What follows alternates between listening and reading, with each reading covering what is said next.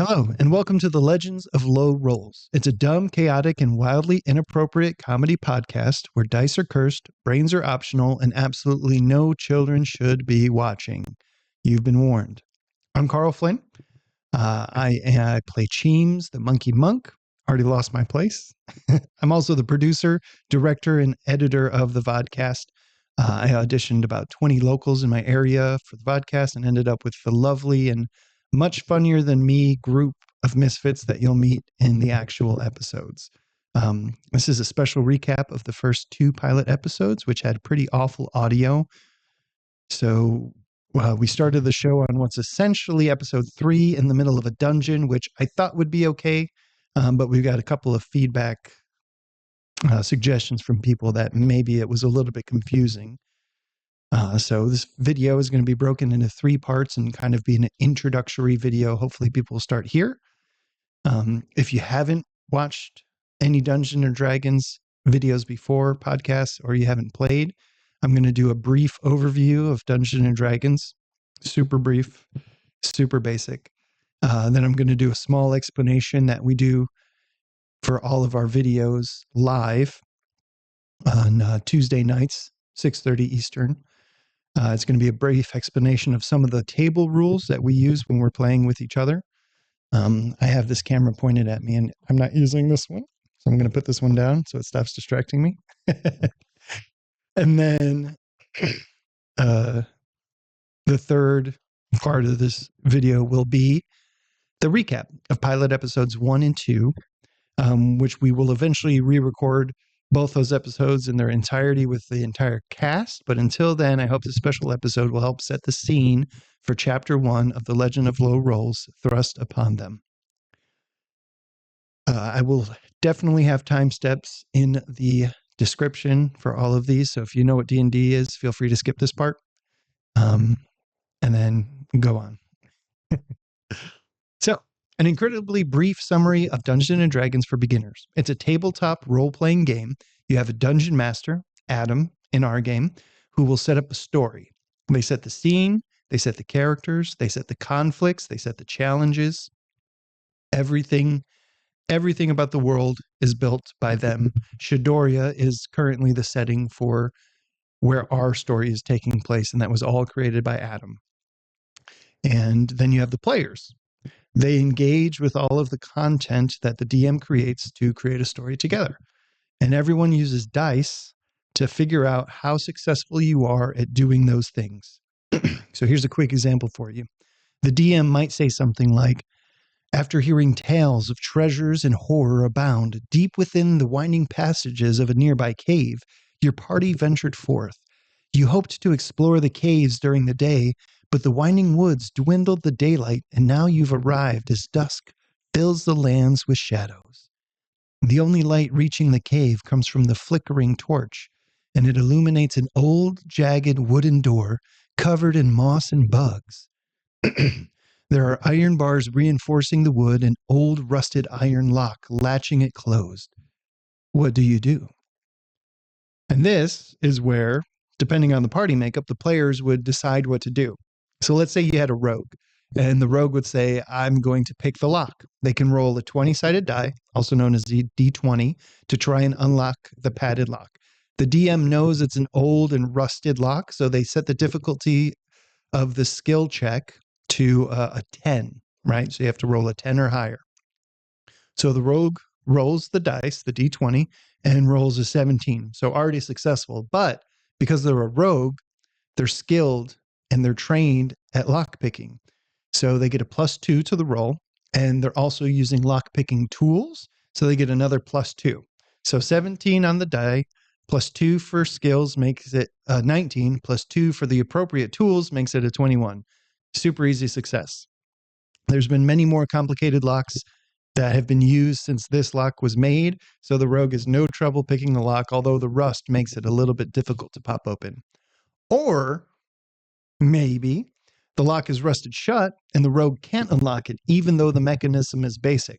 So your fighter pulls out a crowbar and rolls a D20 strength check to see if they can use strength and the crowbar to pry open the lock. It is rust, and iron. So the DM sets a skill check for just powering it open to a 15, so a little bit harder than unlocking. And the fighter rolls an 8 on the die when they roll the d20 and adds +3 because he's strong. So for an 11, +2 because he's using a crowbar for a total of 13. So the skill check was 15, rolled 13. It's not enough to pry it open. Maybe he can get the crowbar in the lock, but every time he like forces it, it bends in kind of like a goofy, deformed way, and it just won't open, but it stays onto the latch. So it just makes it impossible to pull off. So then your barbarian tries chopping the door down with an axe, or your wizard casts a fireball to explode the door, or the druid turns into a bear and starts ramming the door. It's all based on your imagination and what the DM will allow and what the dice decide. There's nearly an infinite amount of ways to play. It can be fantasy, sci-fi, horror, comedy, farming, superheroes. You can even make games based off of stories that already exist. I've played one that was a One Piece campaign. You could do Game of Thrones, Lord of the Rings. You could even do like Hollow Knight. I know there's a Halo one, like even My Little Pony. I've been invited to a presidential campaign group that was supposed to be emulating running for the president of the United States, but they wanted to be serious about it, so I declined. So all you need is a group of 2 or more like-minded individuals to start playing. You need one person who's willing to put together the effort to set the rules and the story, and then 2 other people who are willing to, in good faith, play by those rules and do it. There's tons of rule sets out there if you're interested. We play Dungeons and Dragons Edition 3.5 because Adam, our DM, loves it. Just Google tabletop role-playing games and find one that sounds interesting to you and start reading. Or just buy some dice and make it up as you go. Either way, as long as you guys trust each other when you're playing and as long as you have fun. 5th edition is like probably the easiest entry point into D&D than there's ever been. So feel free to check that out.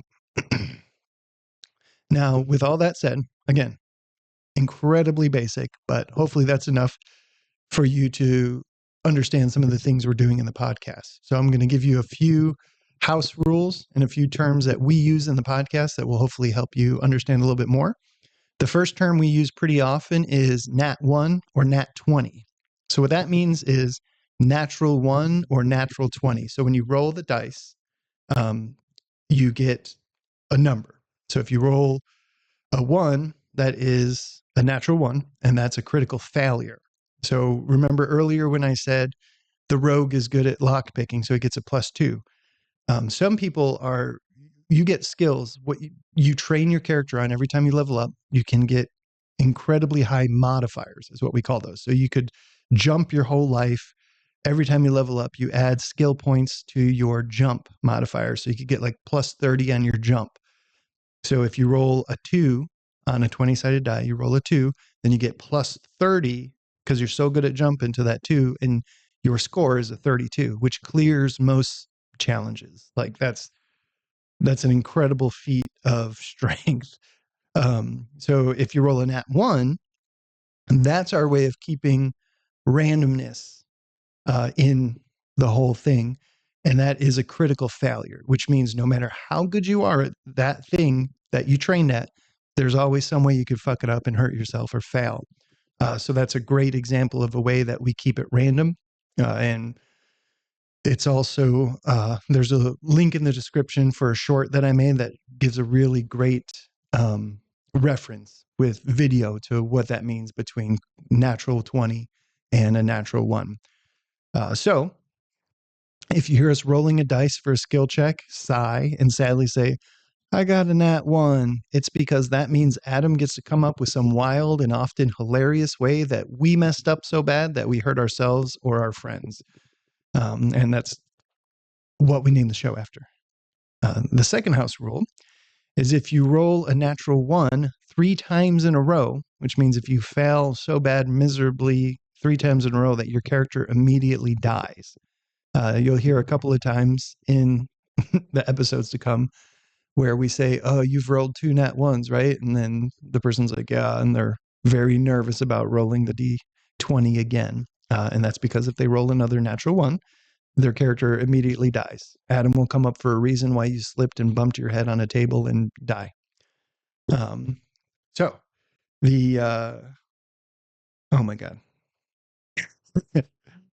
The next house rule is people will show up to your door. So give me one second. Hey guys, we got a new friend. Oh, hello. What's your name? It's Veryllius Bluemoon. Oh, you're a lot smaller in real life than I thought you'd be, Veryllius. Goodness. I wonder if they can hear the dogs clicking around. Can you hear that, Veryllius? Oh, I hear everything. Do you like dogs, Veryllius? I hate them. Oh, that's unfortunate. No, I do. I like them, but only with a side of potatoes. Well, please don't eat my dogs. I know they're small enough that you could take one, but I was just explaining to our viewers, our friends here, what the house rules were. Do you want to tell them about the I Know a Guy cards? Him or me? That's up to you or him. You guys can fight over it. But where are we at? The I Know a Guy rules. You can ad lib it if you want. I essentially just wrote a description about it. Yeah, so at the beginning of the show, Adam made some cards for us called I Know a Guy cards. And they were sealed in little envelopes with wax seals.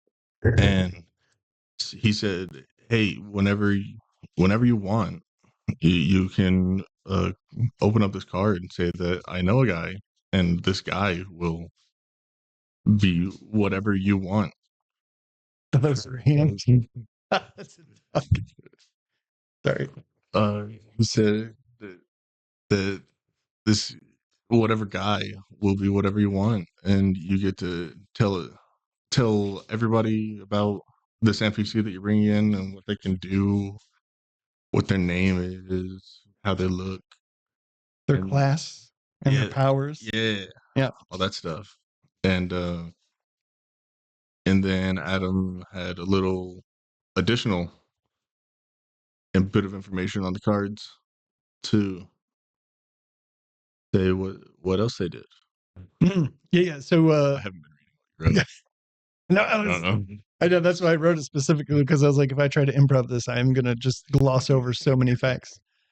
So the last bit is Adam at the beginning of the whole campaign had made envelopes for us, and he handed us these envelopes. They were very nice too. Oh yeah. Maybe I'll put in some pictures of it, but they have like a little wax seal and everything. And they after you describe your character, your NPC, your friend who comes to help you, you open up that envelope and it says something in there that you also have to add to your character. Like maybe you owe that NPC a great debt and they've come to collect. Maybe they broke up with you recently and they've come to win you back. Maybe they left to adventure. Maybe we left to adventure and we were supposed to be watching their dogs and they've come back to ask us to clean up all the dog shit covering the house that we left behind. We don't know until we use the card. And then the last house rule is sort of an Impractical's Joker style gimmick where each of the players will write a note with a phrase at the beginning of the season or session. Something like, you want to talk about soup? Oh, I love soup. Yeah. So you write down, you want to talk about soup? We'd love to talk about soup. And Campbell's can feel free to write us anytime if they want to sponsor us. So then we write those down. I'll write down that. Logan will write down something nefarious. And then we'll hand them into Adam. And then Adam will pass them back out to us. And during the session, when you raise your hand, the person who has your card has to read whatever you wrote down on that card in character to who they're talking to at the time, which is great for all sorts of silly shenanigans and makes crazy things happen. And then also later on in the season, we decided that Adam decided that he would also participate. Yeah, it wasn't too much later on. Yeah. I don't think. I think it was like 4 episodes in. Adam saw how much fun it was and was like, hey, you want to write cards for us or for me?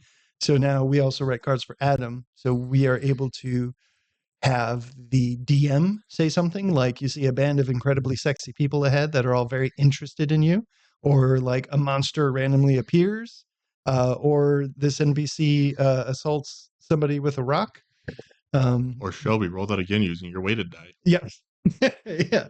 There's tons of things we get to do, or we can also write a line for an NPC to say, like, welcome to McDonald's. Can I take your order? And turn what seems like it's about to be a very serious encounter into a very, very silly one very quickly. Yeah, there's been a few times where we completely derailed it. Yes. What he wanted. Yeah. And he can also veto. As the god of the universe, he can veto, which means if he's trying to do something serious and we're trying to do some kind of like lore implication situations, he can say, no, this character is immune to your shenanigans, so stop. Which has only happened once, and he says will only happen 2 more times, so we do get to have a lot of fun with that.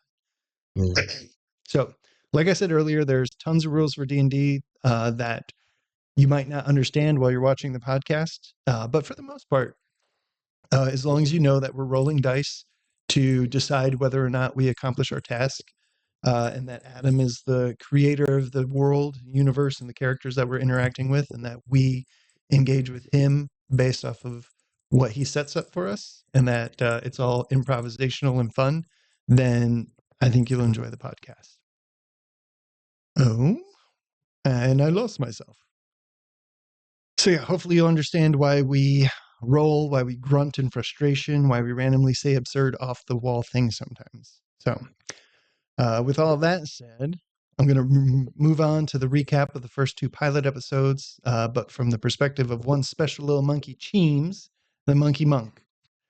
So Cheems by no means is the main character. Don't take this as me. That's Ribbert. Yeah, that's Ribbert. We've already decided in canon. But so don't take this as like, oh, this is a perspective of Monkey Monk. It's just I was the one who wrote it and worked on it. Although before I read the letter, maybe Veryllius wants to introduce Cheems instead of Cheems introducing Cheems, because Cheems is going to introduce Barnold and Veryllius and Ribbert. You can do that one off the cuff? I can try. Also, I'm petting my dog, not doing anything to... I don't know how that looks from the perspective of the camera. Sure. This is what I wrote. It's not too much. If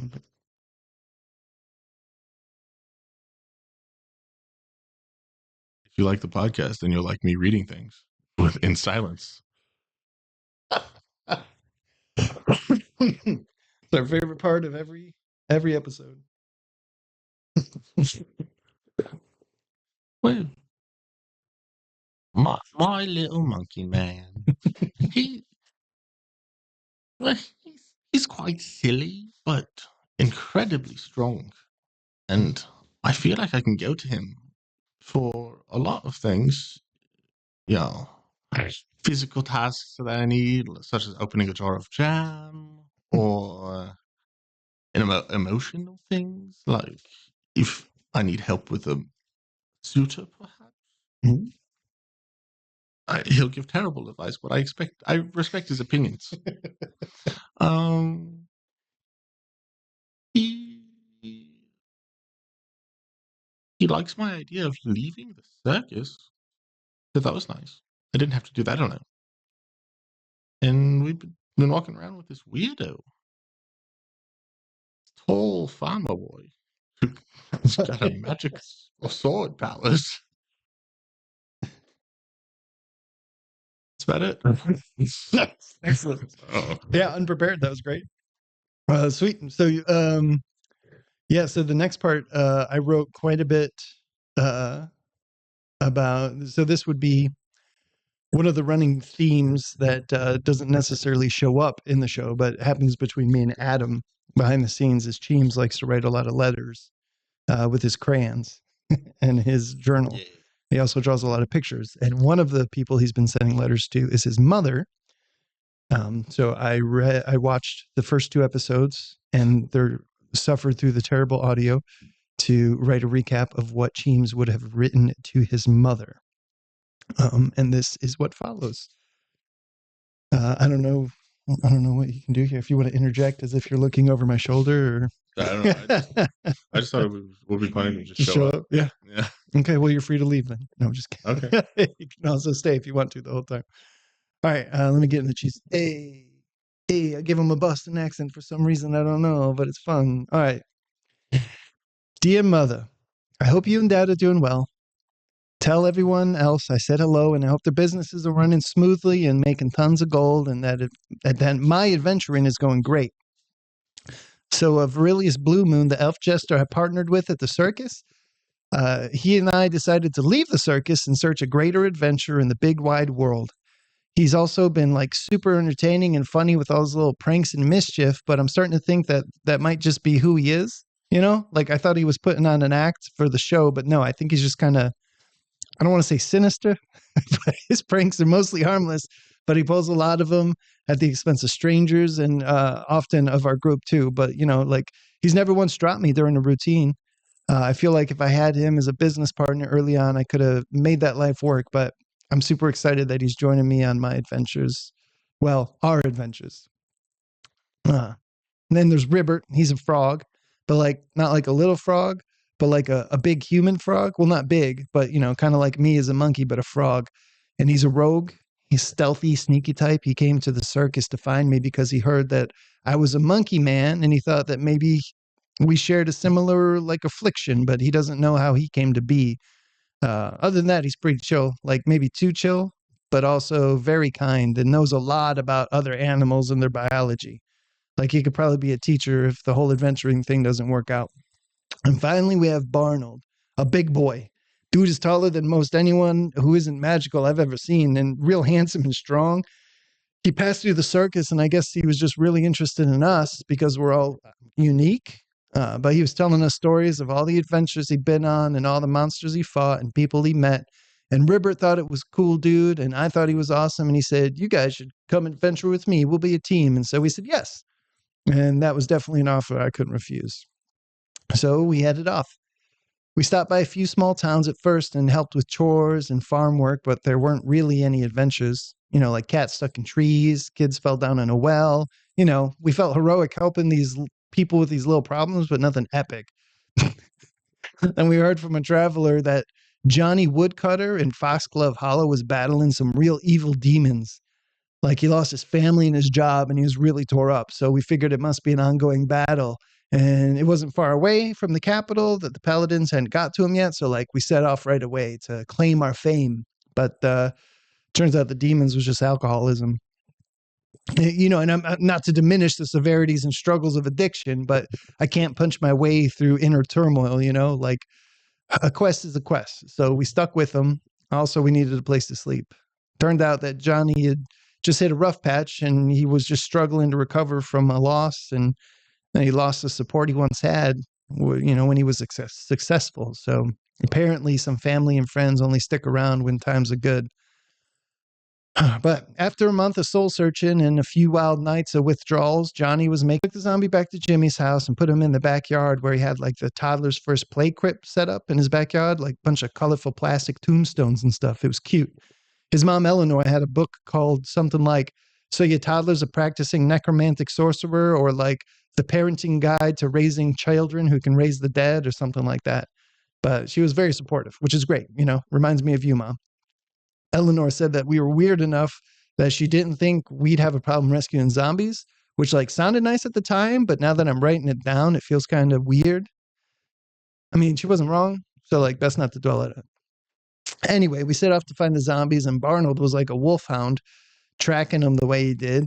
We found him in an open field digging up a big hole, and one of them was a grandma, I think, smelled like cookies, which is a step up from the last one. And we were about to come up with a plan before Veryllius started juggling something crazy, like the best juggling I've ever seen. It was kind of like we were straight back at our time in the circus and the wonders in the kids' eyes as they watched us perform. I was mesmerized. The zombies weren't, though. You know, who knew undead would be such a tough crowd? They just kept digging the hole. So once Veryllius got finished with his performance, we used a really long rope to tie him all up, but one slipped out and took a big bite out of Barnold's arm. It was gross. So I punched it, And then Veryllius yelled, "Expeditious retreat." And I thought he was going to run away, but then he ran straight up to us and like faster than I've ever seen anybody move in their life. And then he just stood there for like 5 seconds, like staring. If we're like in the middle of a fight, 5 seconds is a long time. And then he said, "Are you lot busy? You look a little tied up." And for some reason, it like invigorated me and made me feel like I could really punch something real hard. I was real excited and real confused. But then Barnold just evaporated the zombie with like a magical sword strike, like turned it to dust. It was crazy. And we were supposed to bring back the zombies like dismembered or disassembled so Jimmy could sew them or taxidermy them back together. But I guess this one wasn't coming back. Kid's got talent, though, I'll tell you. Oh, funny side note, Ribber tried to say taxidermy, but Jimmy was like, "It doesn't sound cool when you say it." And I laughed so hard, little 8-year-old roasting the frog man. That was a good time. Anyway, zombies dug up some old storm doors that had ancient markings on them and a lock. And Ribbert tried unlocking it because he's a rogue and all, but he couldn't. So Veryllius said he could do it. And then he just stabbed it open with a dagger. It was kind of crazy. And then apparently it was just a wet, stinky hole. So we opened it up from a distance and figured we should just let the cellar air out and we'd come back for it later. We dropped the zombies off at Jimmy's and they sniffed each other's butts when they got back into the pen. Did you know zombies do that? I'm realizing I know very little about the undead. Anyway, we figured Barnold should get healed. It was a pretty gnarly bite, so we went to see Father Benedict at the church. And Barnold let it slip that we were fighting a zombie, and the father got a bit nervous and I said, "Jimmy Pembroke wouldn't like it if you snitched on him." And the father heard me and was like, "Did you say little Jimmy Pembroke?" And we were all like, "No." And he was like, "Oh, I must be old."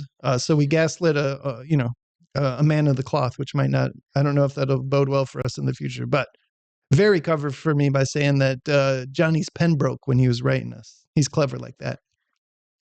Anyway, the priest healed us up, healed up Barnold, and we went out looking for the masterwork zombie, and Barnold was tracking it again, and I was talking to Very about how I wanted to punch something real hard, and then out of the bushes it popped with like this farmer scythe, and it took a swing at Barnold and cut him pretty deep, and like Barnold was taking the brunt of the damage for the day. So I jumped on its face and I like started punching it, and Veryllius touched it, and it started to drool more. Like, I don't know how to say it, but like the zombie was like acting more like a zombie after Veryllius touched it. I don't know much about magic, if that makes sense. Anyway, Barnold froze the ground for some reason, and Ribber, like a freaking ninja, just jumped up into the trees and disappeared into the shadows. And then the zombie did this like crazy spin attack, and Barnold fell over, and Veryllius got slashed real bad, but I held on real tight, and I was just like pummeling it in the back of the head and the back of the neck and breaking its bones. And then Ninja Frog whipped the zombie from the shadows of the trees with his whip and pulled the zombie's heart out. Like, Ribbert is crazy powerful. I hope it's not like I hope that's a sign of things that are to come, you know? And then Veryllius finished the zombie off by like cutting all its whole arm off, and it fell over, and we dogpiled it and tied it up. And like we were all feeling pretty great until we realized that Barnold was bleeding to death on the ground. Whoops. It's kind of crazy how things can get lost when you're in the middle of combat. Anyway, I picked up Barnold, and Ribbert grabbed his feet, and we started rushing back to the church to get more healing. But Ribbert tripped and pushed Barnold forward and crushed me on the ground and reopened Barnold's wounds. Clumsy ding dong. I hope that's not also a sign of things to come. Try to tell him not to help, but he did anyway. It's probably fine. Anyway, we tied up the zombie, left Barnold on the ground, and Ribbert hid in the trees, and me and Very went to town to grab a cart or something to bring Barnold back a little more carefully. So Veryllius and I ran into the sheriff, who questioned us because Very was covered in blood. He told him that some old men jumped him and beat him up, and he was so convincing when he was lying that I thought for a second that I hallucinated that a pack of old men were actually one giant zombie. But then I remembered that Very's really good at lying. So yeah, maybe I need to ask him for lessons sometimes. Anyway, we snagged the cart, brought it back out, and got Barnold in for some rest. He's real messed up. Like, I think he might be dying. I fed him some bread while he was sleeping, but I don't think it helped. And also a pigeon kept pecking at the window for some reason. That was real annoying. Kept me company, though. So I guess I'd forgotten all my equipment at the inn because it was just like in a pile in the corner in a backpack. And that's when I remember that you sent me a sweater. And I figured I could use it to heal Barnold out of his death coma. And like, I love you, Mom, I do, but The next time you send a sweater, a magical healing sweater, maybe don't send one with the activation phrase, Mommy loves you. It's a bit embarrassing when I heal other people. I like it. Thank you. Are you watching me write this, Veryllius? Bye. Okay. Barnold woke up saying that he was actually having a great time swimming in some dream milk. So I changed the subject pretty quick. Do humans have weird dreams when they're close to death? But anyway, breakfast was nice. This guy made some great percolated coffee. Need to learn those techniques. We decided to head back out to the musty, wet hole, but we ran into Eleanor, Jimmy Pembroke's mom, who I think Barnold has a crush on. He's very handsome and tall and strong, but he's very bad at flirting with women. You know, I've never been very good at chatting with the ladies myself, but God's Barnold is very awkward. Even though he has terrible at flirting, we still got invited over to pie at Eleanor's, which was cool. And then we ran into the sheriff, and the sheriff bought a gift for Eleanor, and Ribbert stole it right out of his pocket. Like, I can trust Ribbert to steal stuff, but I can't trust him to carry a wounded friend. You know, very conflicting information. Anyway, the sheriff questioned us again because Barnold was still on death's door and Veryllius barely looked any better. And I thought that party had agreed that it rained blood from the heavens, and that's why everybody was bloody. But apparently that wasn't the thing anymore. And so I shouted it out, and they said, no, no, no. Barnold was hunting and had this accident and fell on some rocks. Thankfully, nobody believes me, even though I say stuff that I think is true. But yeah, anyway, we gave the present for Eleanor back to the sheriff so he could surprise her. And I don't think Barnold was too happy about it. We went to Eleanor's house before we went to the hole, and Eleanor baked us a pie, and it was, I think it was real good because while we were talking, Ribbert just tongued it and took a big hole out of the middle. And then we went back to having the conversation because Ribbert said it was too hot. And then when I went back to take a scoop of it, it was all gone. And I think Ribbert ate it, but he said that he didn't. So I don't know. I don't know if I can trust Ribbert. Barnold continued to try to flirt and failed miserably. So we just left. Oh, but Eleanor told us about Jimmy first. I guess his dad left when he was a little kid and he like brought a crow back to life. And instead of being like, oh God, my child's a demon guy, she was like, oh, my child's talented necromancer, and started raising him right and helping him learn how to raise zombies, which if you saw the zombies he made, you would see how talented he is. Maybe we can help him someday. Anyway, Johnny Woodcutter showed up later in the afternoon. We went back to the tavern to get some more rest before we went to the stinky hole because everybody was dying. And Johnny played some cards with us. We gambled for a little bit. He's a good dude. Hope he doesn't get addicted to gambling. So yeah, we headed back to those storm doors the next morning in the open field, and I guess the zombies had found it. Maybe they were attracted to the 2 dead bodies we found in the front door. Maybe they, I don't know, it smelled kind of like a college dormitory when we first went in. And I don't know if they were, Very found some moldy cheese. There's some incense down there. It's a very intense smell. This place might be somebody's home, but they've been dead for a long time, and Veryllius got stuck in a chimney, and I decided that that would be a great time to sit down here at this table and start reading or writing a letter to you while he figures out how to get out. So yeah, hopefully you're all caught up on our adventures. Help! Oh shit, is that Very yelling for help? Oh, well, okay, I better go help. I'll write you soon. Love you, Mom. Best, Reginald Probali. P.S. My friends call me Cheems, so if you ever write me letters, make sure you put Cheems on there, not my name. I don't want them to know. Okay, thank you. Love you. Bye.